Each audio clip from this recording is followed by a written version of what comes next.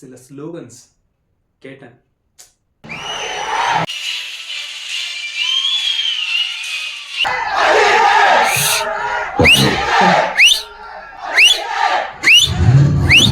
படத்துல 10 விஷயங்கள் சொல்றதை விட ஒரே விஷயத்த 10 படத்துக்கு சமமா எடுத்திருக்க படம் தாங்க விடாமுயற்சி. அஜித் சார் 2வது ரகம் நம்மளுடைய நடத்து எப்படி இருக்கணும்னு கற்றுக் கொடுக்க வந்திருக்காரு.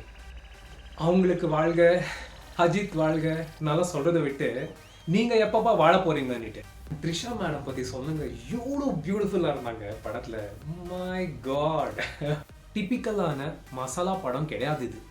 Especially we audience have to adapt. Such a beautiful and a dreamy coupleங்க. இப்பதான் காதல் மேல நம்பிக்கையே வருதுங்க. உலகத்துல இன்னும் காதல் இருக்குடான்றது நம்ம ஃபேஸ் பண்ற விஷயங்கள் நம்மள எந்த நிலைமைக்கு கொண்டு போய் விடும் அப்படின்றது தான் விடாமுயற்சியோட ஆரம்பமே.